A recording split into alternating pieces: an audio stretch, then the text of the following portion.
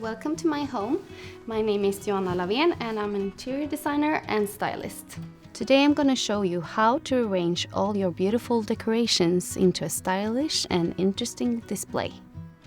The first thing I'm going to do is pick a theme, and I've chosen to work with the color theme, this beautiful off-white hue. You can also choose a material or a texture to work with.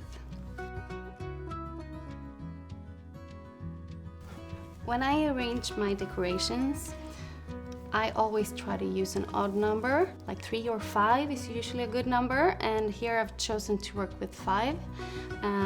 Working with odd numbers usually gives the composition a sense of balance and it feels more elegant.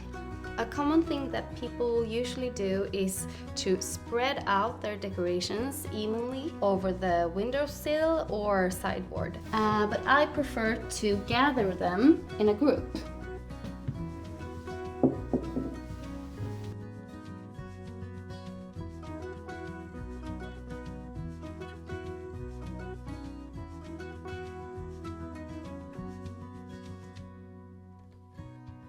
My last piece of advice is add something organic.